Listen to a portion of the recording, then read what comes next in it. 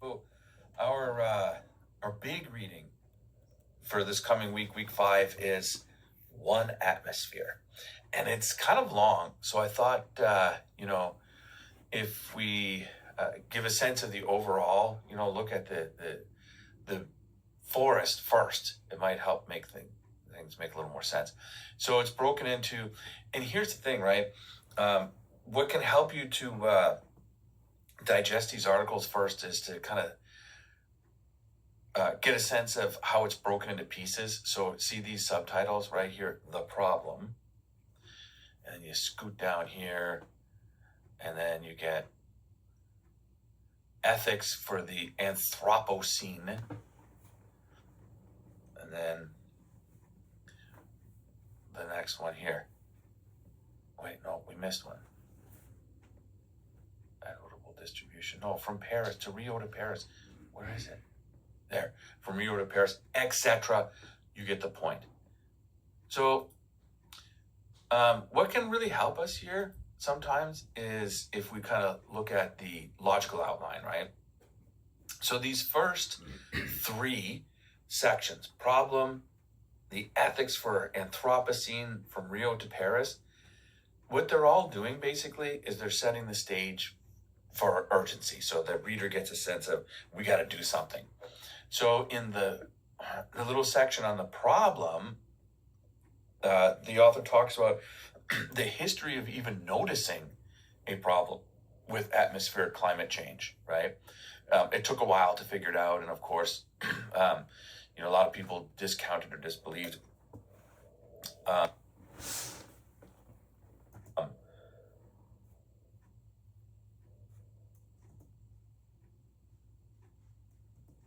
And there are a lot of, in that same issue about the problems, the author talks about these problems are real. And what they're after there is that, there's a lot of people that still deny climate change. And in this one, it's like they're making the case, no, it's undeniable. You really can't deny climate change. And they talk about fluctuations in the weather, right, getting worse and affecting the population. The impact of different, effects in different regions, right? So ironically, and this is the setup here, is that the places that are being hit the hardest are the poorest nations that can deal with it the least, right? So that's why, here in America, we're getting a lot of storms and stuff, but it's not like in India where the summer temperatures are getting to close to 150 degrees Fahrenheit, right? Where, people literally are dying, right? Or the massive droughts that are going on in like East Africa and stuff. We don't see that because America is in, a sweet spot really, in terms of our location. But it is beginning to show up in California and stuff and the Southwest with droughts. And then, of course, they talk about predictors for negative effects. Like, but they give predictions for continued, it's going to get worse, right? Now, in this ethics for anthropology, what's interesting is the idea that they make the idea that our moral attitudes, for the most part, that sort of grounded America and the West really are, things like John Locke's idea of private property, and we'll get into that a little bit more. Adam Smith's idea of free market enterprise and stuff. Those ethical values came at a time when there was no sense of scarcity, right? There was no sense of, well, I shouldn't say scarcity, but the world was thought to be almost infinite and pollution wasn't even an issue, really. Or it was like direct in your thing. It was like, don't poop in your neighbor's well, that kind of concept. But there wasn't a sense of somehow global pollution is going to kill us. That didn't even exist. Therefore, and I think this is an important consideration to really take into account, especially as we're thinking of our projects and global issues and stuff, right? Is that when we talk about ethics and morals, they stand on a certain foundation of reality, right? So, if I'm going to, for instance, write rules in my family, right? Rules for my family. I'm taking stock of what's happening now, and my rules are about this reality in this household. And because of this, this, and this, we need to do this, this, and this. But when that foundation of reality changes, so do also our rules, right? Need to change. And so, and that's kind of where we find ourselves. And that's what the authors are trying to point out throughout this, is that we do need a new ethic, because actually there isn't one for global issues. But secondly, most of the ethical systems that underpin, how we approach climate change were formed in a time when, there wasn't such a thing. And then finally, in the Rio to Paris things, they just talk about the problems of collective action. They talk about how the United States pulled out under George W. Bush and this and that, and how it's very difficult to get true commitment from many nations, and also how it's like impossible to force them into action. Okay, I'm going to quickly put this on pause because I want to talk about what they call equitable distribution. So hang on. Let's go back here. And this section called equitable distribution. What is equitable distribution? It gets into a whole bunch of things. And so I'm going to whiteboard it in a second. Hang on. Okay, so in this equitable distribution, and what he means is of carbon pollution. So the idea is, one way to understand climate change is, he uses this example of a sink, right? So just imagine, we always thought of the atmosphere as like, our sink. So just throw garbage down the sink, it goes away, we're good to go. So the problem is, eventually, of course, when that sink begins to back up, we begin to realize we've got an issue. And so that's kind of where we are. So in other words, the atmosphere is like our collective humanity's dumping ground, our sink, right? So how do we fairly distribute who gets to throw what in the sink, considering that now it's not endless, right? And so he refers to this guy, Richard Nozick, who's a contemporary philosopher, ethicist, who divides the problem into two sort of camps. There's the historical approach, which is basically you broke it, you fix it. And this one is more or less sort of punitive towards developed nations. Because especially the United States, as they point out, we industrialized like really in the late 1800s, right? And the United States has given the world more than its share of carbon pollution. So that's one historical approach. You find a way to skew the burden of solving the problem on those who created the problem. Then there's the time slice. Sorry, that's supposed to be ICE. The time slice approach is where you forget history and you just go and say, here's how it is right now. And so those are the two things. And then the article gets into sort of, explaining what these things mean. With the you broke it, you fix it, he mentions two philosophers, John Locke, and Adam Smith. And these are definitely worth reading. Not sure how familiar you are with these guys, but John Locke is a crucial figure to the U.S. Constitution.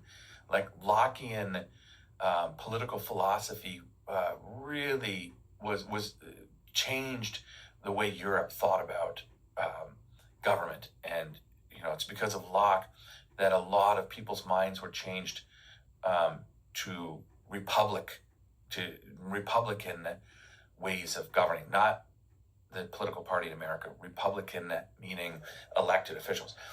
Now, Locke spoke a lot about property rights. And, in the Constitution or the Declaration, it says life, liberty, pursuit of happiness. He said, Locke, life, liberty, property rights. Life, liberty, property. And Locke's idea, as the article points out, but I want to explain it because it's worth our time. Locke points out that here's basically how it is. Yes, at a certain point, the earth is shared in common, right? So, we all own, no one can own the air, no one can own the water, etc., until they labor for it. So here's an example. You go into an orchard and there's apples all over the place, right? They're everyone's apples. But as soon as I pick some off the ground and put them in a basket, now those ones are mine. Same with land, he says. So there's land everywhere. But as soon as I put a fence around it and I work it, now it's my land. So Locke's idea of property right is really what leads to Adam Smith's idea of laissez-faire. In other words, free market economics and what's called the invisible hand. And again, if you've ever had any classical economics, you probably came across this. And so Smith's idea is that, if you leave the market alone, so you don't have, governments telling you and kings telling the economy what prices are and regulating it, you just let it go. What happens is, through the decisions of individuals, you arrive at a fair market with fair prices. And the invisible hand in an economy is this. As each individual is concerned about their own self, right? So here I am concerned about my family and I have a job and I do my thing. In terms of the aggregate for the whole society, that builds wealth for everybody. So if we're all a little selfish and self-interested, in the whole, it raises the wealth of the entire nation. Hence his book was called Wealth of Nations. It's almost like that other saying, a rising tide raises all boats. Same concept. Now, what the article is pointing out, however, is that, there's troubles with these. The main thing is we don't live in a world in which there is, unending resources and land.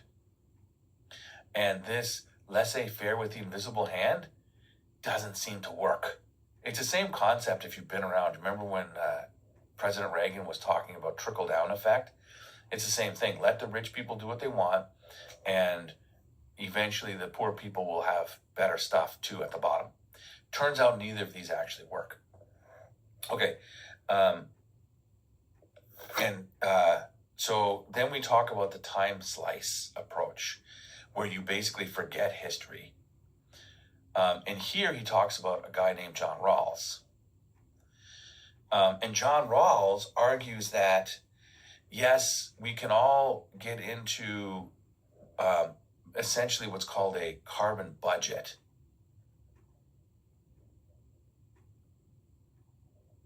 And with carbon budgets, it's like, some people will have to pay more than others, and it's cap and trade kind of stuff.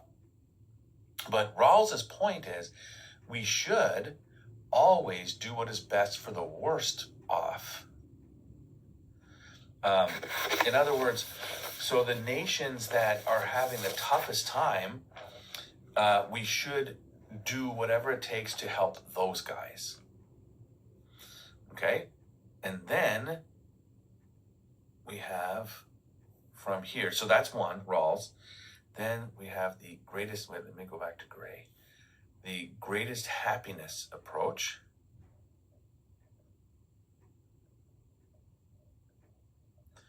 And the greatest happiness approach is utilitarianism. And the idea with utilitarianism from Mill and Bentham is the greatest happiness for the greatest many. And so we talk about, well, that's another ethical, idea that we can talk about to solve the problem, right? So now, here are some major ways to think about the problem, and here are some solutions. One, greatest happiness. The problem there is that how do you calculate suffering? In other words, the greatest happiness principle says this: you should always do what is for the greatest happiness of the greatest many. So when it comes to equal distribution of carbon pollution, right, we figure out a way to go, okay, well, the whole world will benefit best by this, which means, though, that some people will get screwed. And so the question with the greatest happiness is, how do you measure who's going to get screwed, and is it ethical?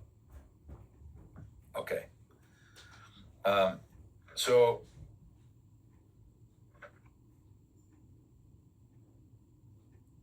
the idea then becomes, when you think of all these, there's not any particular one that makes the most sense. There's not any particular one that, stands out as a really good solution to the author. And so the author proposes, of all of the possibilities, when it comes to,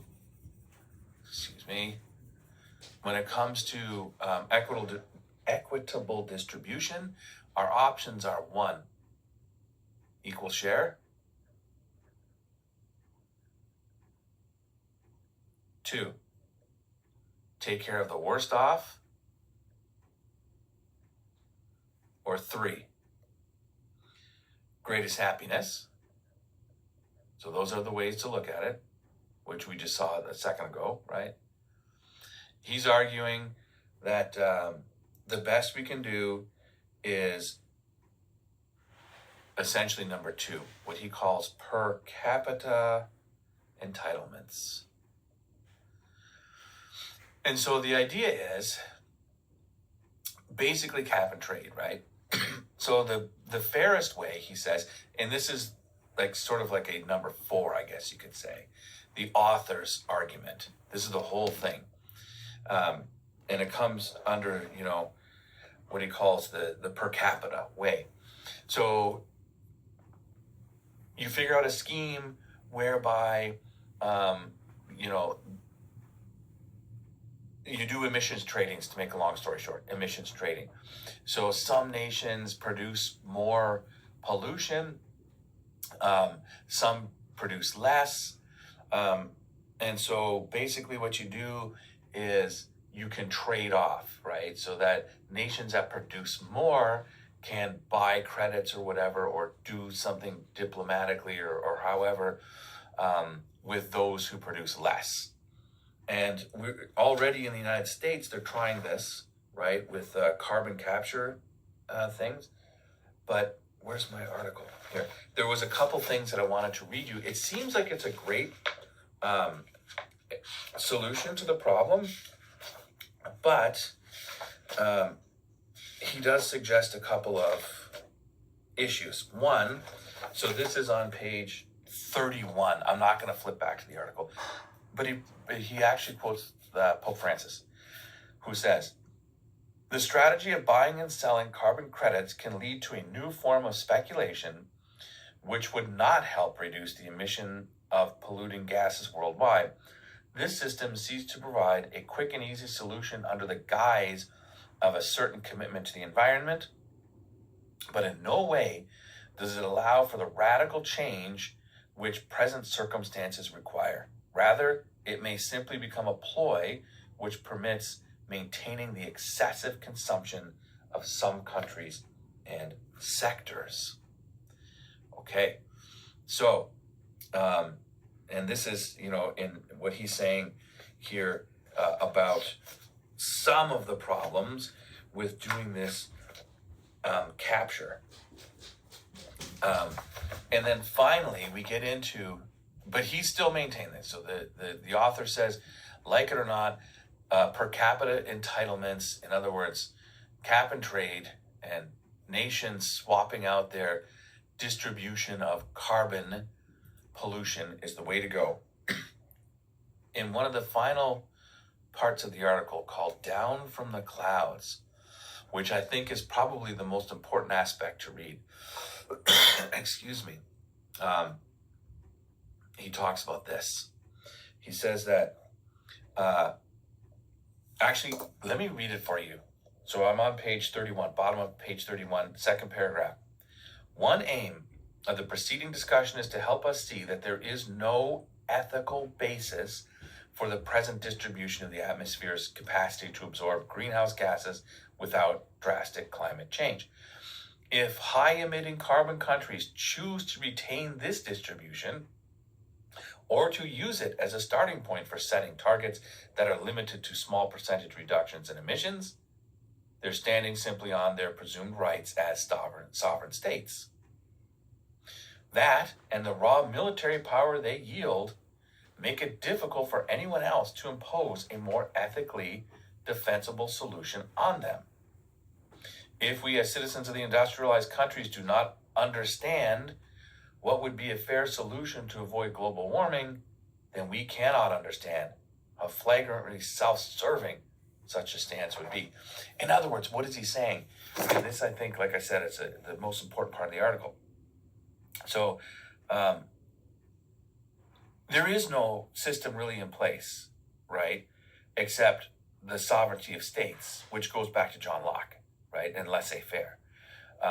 And so the idea is, right now, that we do what we want. And at the beginning of the article, the author was pointing out, and, George W. pulled out of the Paris Accord. Who knows if Mr. Trump gets in, what will happen? Even Barack Obama couldn't get things passed through the Senate. And so it's like, if we're going to rely on political sovereignty, we will not solve the problem. That's why we need a new ethical stance, right? And so the authors are calling on us, basically citizens of countries, to take on personal onus and personal responsibility, ultimately to pressure our own nations. Lastly, he talks about geoengineering. Where's my pen? Geoengineering. And this is like, a great hope that we can somehow solve our problems with these various schemes like carbon capture or building like big mirrors to put in space, all this kind of stuff. That's possible, but likely unfeasible. So at the end of the day, when it comes down to the point of this whole argument, the point of this article, we need to convince people to change their ethical stance and essentially pressure their governments into moving away from just state sovereignty and moving into an idea of equitable distribution based on trade. And that's what this article is mainly about. Lots of detail in here, lots of fact, lots of statistics worth your time. But hopefully this overview gives you, a sense of the whole.